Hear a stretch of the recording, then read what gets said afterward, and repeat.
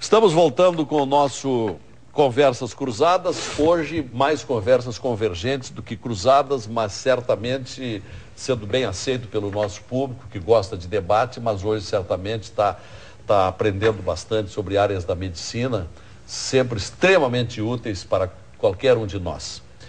A doutora Liane Rezich é farmacêutica química e vai apresentar as suas conclusões, dizendo aquilo que não teve oportunidade de dizer até agora, como chefe da unidade de criobiologia do Clínicas. Conclusões. Bom, eu agora lembrei o Gilberto falando sobre a questão da biologia molecular e da genética. Teve um estudo recente, um caso recente, que foi possível selecionar embriões numa família onde havia a talassemia. Então, os pais conseguiram gerar, então, um filho sem a doença. E isso foi graças à biologia molecular e a... Onde é que foi isso? Pois é, eu não estou lembrando se foi... Mas foi no Brasil, não? No Brasil, ou... Tem vários casos, né, de correções. De correções, mas esse foi um caso, assim, bem recente. Até doenças imunológicas do nenenzinho, né? Correção ou seleção? Seleção, foi seleção. Como é que se faz essa seleção? Isso, então, é feito ainda com as células embrionárias. Então, com o tempo, nós teremos pessoas sem doenças. Exatamente. Esse que eu achei um grande Mas avanço. é possível fazer essa afirmação? Com o tempo, nós quase não teremos pessoas doentes. Mas esse tempo não se sabe. Sim. Eu acho que infinitamente não. Quem adivinharia há 30 anos atrás que hoje tivéssemos o telefone celular, a internet, que alterou costumes do mundo inteiro. E a própria medicina, os transplantes hoje têm transplantes quase milagrosos, né? Exatamente. Bem, eu acho que assim, a mensagem também que eu gostaria de deixar é de divulgar um pouco o banco de sangue de cordão umbilical e placentário, porque eu mesma converso com muitas pessoas, mas a gente nem sabe que tem, então é importante que a população saiba que Porto Alegre tem um banco público, né, que as doações que são feitas vão ajudar pessoas, com certeza. Coração umbilical. Cordão umbilical. Perdão, não sei o que eu disse. Cordão, isso, quem quiser pode fazer a doação? Sim. E não paga para isso? É gratuito. É uma doação voluntária e gratuita. E, na verdade, existem Porque poderá critérios... fazer uso próprio com o futuro? Não. Não pode. O banco público, exatamente, assim, a doação, ela é para quem precisar. Então, assim... A mãe vai doar aquele cordão, ele vai ficar armazenado e ele entra no REDOME, no cadastro brasileiro de HLA, né? E quando tem um paciente precisando de transplante, essa busca é feita tanto com os doadores de medula quanto com os doadores de sangue de cordão umbilical. E tem espaço para grande armazenamento? No Clínicas, a gente iniciou com um tanque de armazenamento que tem capacidade para 3.623 cordões. E já a instalação já está feita para um segundo bioarquivo, né? E a rede brasileira toda se estima, assim, ela está projetada para alcançar 65 mil unidades de cordão. Quais são os estados brasileiros que estão armazenando cordão umbilical? O Rio de Janeiro, através do INCA, né? Foi o primeiro. O que quer dizer INCA? Instituto Nacional do Câncer. Tá. Rio de Janeiro, Rio Grande do Sul, São Paulo, Minas, certo? Minas ainda está em obras.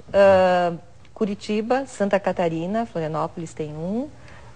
Fortaleza, Belém, Brasília. Bastante, né? Tem bastante. Recife. E quanta gente trabalha nesse setor lá no Clínicas? Nós temos uma equipe de 5 biomédicos, bioquímicos e biomédicos, e 4 enfermeiras que fazem a coleta do sangue de cordão. E, inicialmente, a gente iniciou, então, todo o processo é feito no Hospital de Clínicas. As mães que doam são mães que têm seus bebês, então, na instituição. E quem quiser fazer a doação, como é que procede? Evidentemente, aqueles que não, a mãe que não for tratada lá, Mas quem é de fora e que quiser fazer essa doação? Então, isso que eu estou explicando. Então, a gente iniciou esse processo com mães que podem ter seu bebê no hospital de clínicas. Perfeito. Porque, na verdade, esse é um processo assim, não é assim, qualquer cordão, qualquer mãe que pode doar. Tem uma série de critérios, né? A mãe tem que ter mais de 18 anos, tem que ter mais de 35 semanas de gestação, não pode ter doenças infecciosas ou doenças já hematológicas na família, né? Doenças graves. Então, assim, e tem que ter os mesmos cuidados que se tem com um doador de sangue. Os mesmos critérios de seleção, né? São feitos exames também para ver as infecções. Então, assim, é um processo muito cuidadoso. Apesar, assim, é muito interessante, assim, mas ele tem seus critérios. É só o Clínicas, né, que faz esse armazenamento? Sim, o banco de cordão público, ele está, então, público, mas tem alguns privados. Tem privados. Sim. E daí o uso é diferente. O privado é exatamente, então, a mãe guarda para o seu filho. Para o seu filho. Perfeito. Aí deve ter o quê? Moinhos, deve ter? Não, é o Hemocord. É um banco... Só para isso? Só para isso. Muito bom.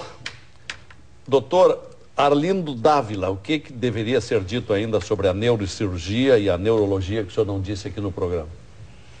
Eu acho que o recado, ele é no sentido de fazer as pessoas assumirem a sua, vamos dizer, a responsabilidade sobre a sua própria saúde. O organismo é um só, né? O cérebro é a expressão do que nós somos, do que nós pensamos, os nossos afetos, etc. Então, assim como não está no coração só, eu brinco com os colegas cardiologistas que o coração não é nada mais do que uma bomba, né? E que de fato quem sente, ama, sofre é o cérebro. Então, óbvio que eu estou puxando isso para a brasa, para minha sardinha. Então, por isso, cuide do seu cérebro, né? Sim. Procure levar uma vida mais saudável. O seu conceito, a paixão está no cérebro e não no coração. O reflexo é o coração, né? Taquicardia, sentimos o mal-estar, o reflexo. Repercussão, né? Bate lá. Bate lá, né? Tem lógica, tem toda a lógica. Claro que tira muito do romantismo essa explicação, mas não posso fazer nada quanto a isso. A outra questão é que as pessoas procurem se informar. Eu acho que isso é fundamental, né? Que não caiam no canto da sereia. Hoje, com a informação democratizada, nós temos muito lixo publicado, né?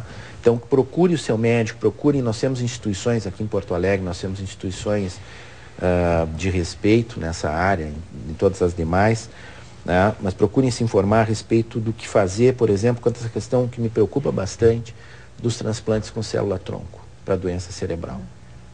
Porque se já é doloroso ter na família uma situação desse tipo, agora tu imaginar que existe a perspectiva de um tratamento que está fora do meu alcance. Então, o sofrimento... As pessoas devem perguntar muito isso, né? Perguntam muito. E ficam desapontadas. E está próximo isso, não? Acredito que, a gente não, como tu disseste, né? Quem é que imaginaria um telefone celular há 30 anos? Mas, assim, eu acho que, como eu te disse, a célula-tronco é uma bomba ainda, né? Porque ela pode...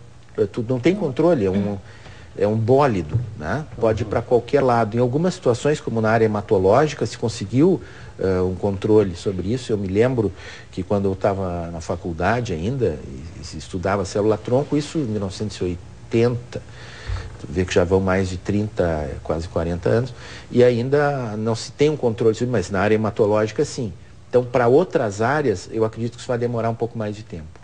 Eu acho que talvez uma informação importante seja assim, que nas doenças neurológicas, os estudos clínicos que estão sendo feitos, eles todos pegam lesões recentes. Então, talvez isso até, onde a maior probabilidade de sucesso, talvez isso até seja então mais assim, acalentador para as famílias que se tem uma pessoa que já está com uma lesão há muitos anos, de saber que as chances seriam mais difíceis, né? Não se sentir tão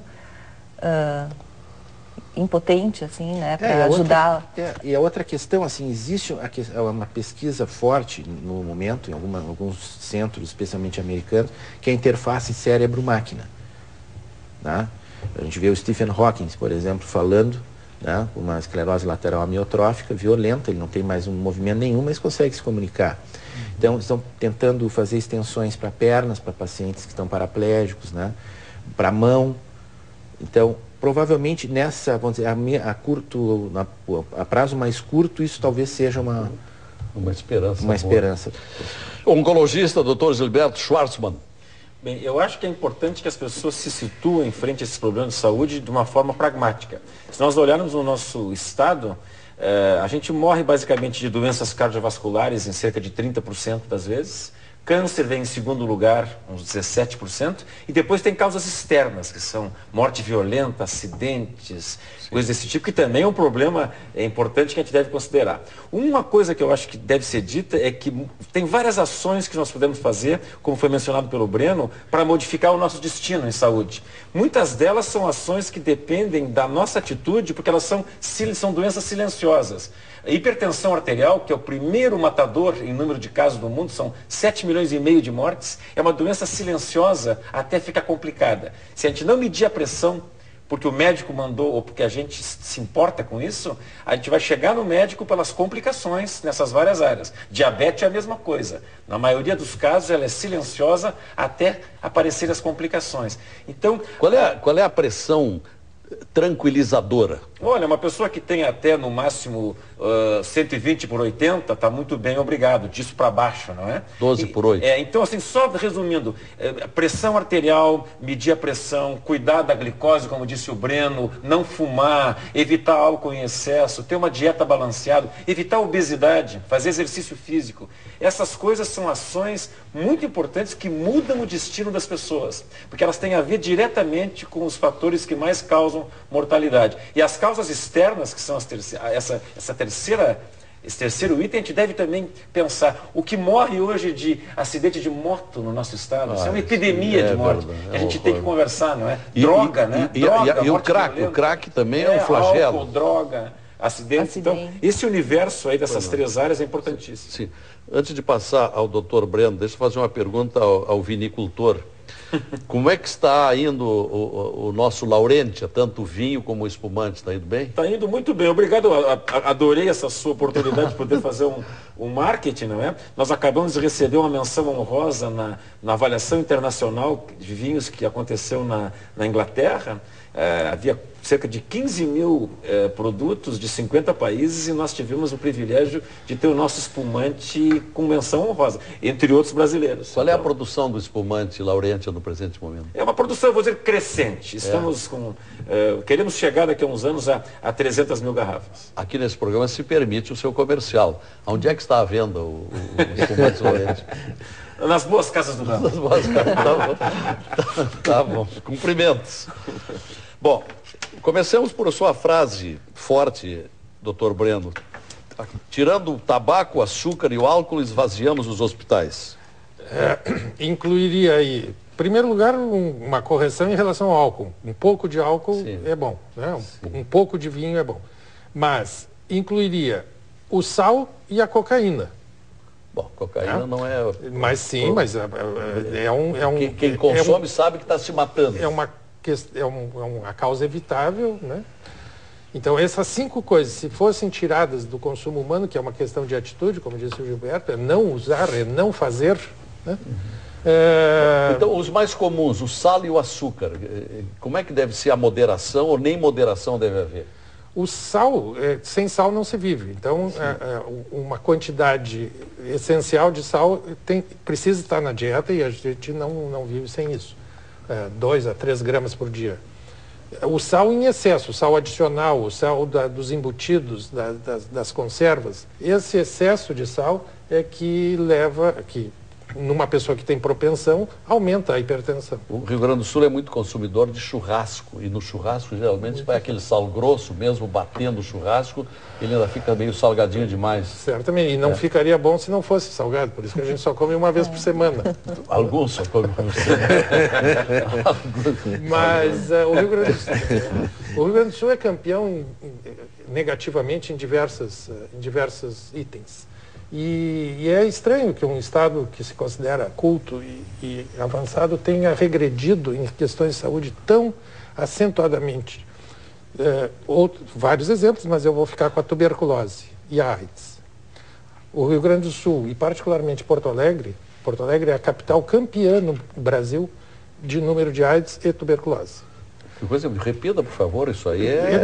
Isso não é, isso é público, isso aí é a estatística oficial. Campeão brasileiro. Campeão brasileiro, a capital, entre as capitais e entre as cidades do Brasil. Diziam que era Santos, não é mais Santos. Não. Porto Alegre é a campeã nacional de casos de AIDS e tuberculose, já que ambos andam juntos e ambos necessitam de políticas públicas para controle. Então, novamente, o reflexo da ausência de Estado, praticamente, na questão de política pública. Qual é a causa da tuberculose? Será o clima? Não, a causa da tuberculose é um bacilo, é um bacilo indolente que demora a se manifestar por acúmulo, por má alimentação, uso de droga e má moradia. Muito antes dos tuberculostáticos terem inventado, os países organizados praticamente extinguiram a tuberculose com as questões sanitárias, com a melhora sanitária, de circulação de ar e tal. No Brasil, a gente olha uma foto de uma favela, não é difícil de imaginar por que ali, naquele lugar, tenha tantos casos de tuberculose. Mas tem muito mais favela que nós, as cercanias de Recife, por exemplo. Eu não sei a estatística é impressionante, a miséria. Aqui tem a questão do frio, do acúmulo de pessoas dentro do mesmo ambiente e assim por diante. Mas o diagnóstico está tardio, o diagnóstico está demorando muito, o acúmulo em emergências, não tem uma eficaz busca do contactante, isso é a pessoa da família que tenha se infectado colateralmente. E a questão da AIDS. Essa correlação tuberculose na imunossupressão da AIDS é que explodiu, não só aqui, como no mundo inteiro. O que nos cabe agora é controlar uma doença transmissível como a tuberculose é, e curável. A propósito, ninguém falou aqui no chimarrão. O chimarrão, por ser água quente, causa câncer, doutor Gilberto? A água quente é um dos fatores que se estuda também com o cigarro e com o álcool para o câncer de esôfago, não é? É um dos fatores, mas mais a temperatura do que o próprio chimarrão. Não é? Agora, os presídios o senhor toma chimarrão? Eu tomo de vez em quando. Agora, só uma pergunta para o Breno. Os presídios também não são uma fonte de recrudescimento da tuberculose pela AIDS? Está cheio, né? O nosso presídio aqui é campeão. Os presídios, e particularmente o nosso aqui, é uma vergonha. É pré-medieval. Pré-medieval. É uma situação antigo. É uma situação que não tem. Isso não é castigo, né? O criminoso tem que ser retirado do convívio para ele não delinquir de novo, para ele não matar de novo. Mas coloca num lugar como esse, que é absurdamente desumano, qual é a chance e para a tuberculose, que é E sem tratamento ali, né? A tuberculose graça dentro do presídio. É o lugar com mais fácil transmissão e de mais difícil controle. Poucos médicos, as galerias são controladas pelos próprios presos, não tem um controle sanitário adequado. Por mais que tenha se tentado, que eu tenho notícia. Diga, doutor Arlindo. É assim, para não ferir a suscetibilidade nossa, dos gaúchos, que sempre são ansiosos a respeito da capacidade de estudar, etc., não te parece que eventualmente possa haver um controle maior no nosso estado das estatísticas do que nos outros lugares, como colocou o Lazier? Isso vamos dizer, essa é a resposta fácil. Essa é a resposta fácil, já foi desacreditada essa resposta, porque por mais bem feita que seja, ou melhor, por ser bem feita a estatística, ela deverá estar mostrando os casos reais, e os casos reais só estão aumentando. Então, se nós fôssemos bons controladores, a gente mostraria que os nossos casos estão diminuindo. Então, se a nossa estatística é boa, ela está mostrando exatamente o contrário, que está descontrolado. Sim, mas tem outros estados que nem controle. Mas não importa. A gente tem que se controle em Maceió, por exemplo? A gente tem que se controlar, tem que se comparar com nós mesmos. Isso é bom. Eu tenho um minuto ainda. Como é que a situação do ex-presidente Lula está, na sua opinião, doutor Schwartzman? Eu acho que o nosso ex-presidente fez um tratamento difícil, não é? Que é um tratamento de toxicidade importante, que envolve radioterapia e quimioterapia, mas as probabilidades de cura são muito altas. Eu imagino que não havendo nenhuma complicação decorrente, digamos, do tratamento, a probabilidade de cura seja, assim, a melhor possível. Porque a sua resposta foi positiva aqui no intervalo, eu vou pedir que o senhor propague a todos os telespectadores. A situação do Paulo Santana é boa também, né? Eu também acho. Da mesma forma. E a nossa presidente Dilma foi um belo exemplo de um avanço médico em que ficou, em princípio, né, o tempo é que vai dizer, mas com uma grande possibilidade de estar curada de um linfoma, que também é outra história de sucesso médico das últimas décadas. Ela está com muito bom aspecto e tem uma dinâmica impressionante, né? Olha, senhores e senhora, a TV Com fica muito agradecida com a presença dos senhores que vieram aqui hoje, mesmo com as ocupações que têm, nos transmitiram aqui lições muito proveitosas, porque preveniram nossos cuidados com a saúde, com a própria qualidade de vida. Então, muito obrigado, doutores Arlindo Dávila, Breno Rigel Santos, Gilberto Schwartzman, a nossa farmacêutica química, Liane Marise Resich. O programa será reprisado amanhã de manhã às 9 horas. Na segunda-feira tem mais, voltaremos às polêmicas. Hoje foi um programa pacífico, ameno, suave e orientador. Bom fim de semana a todos. Boa noite.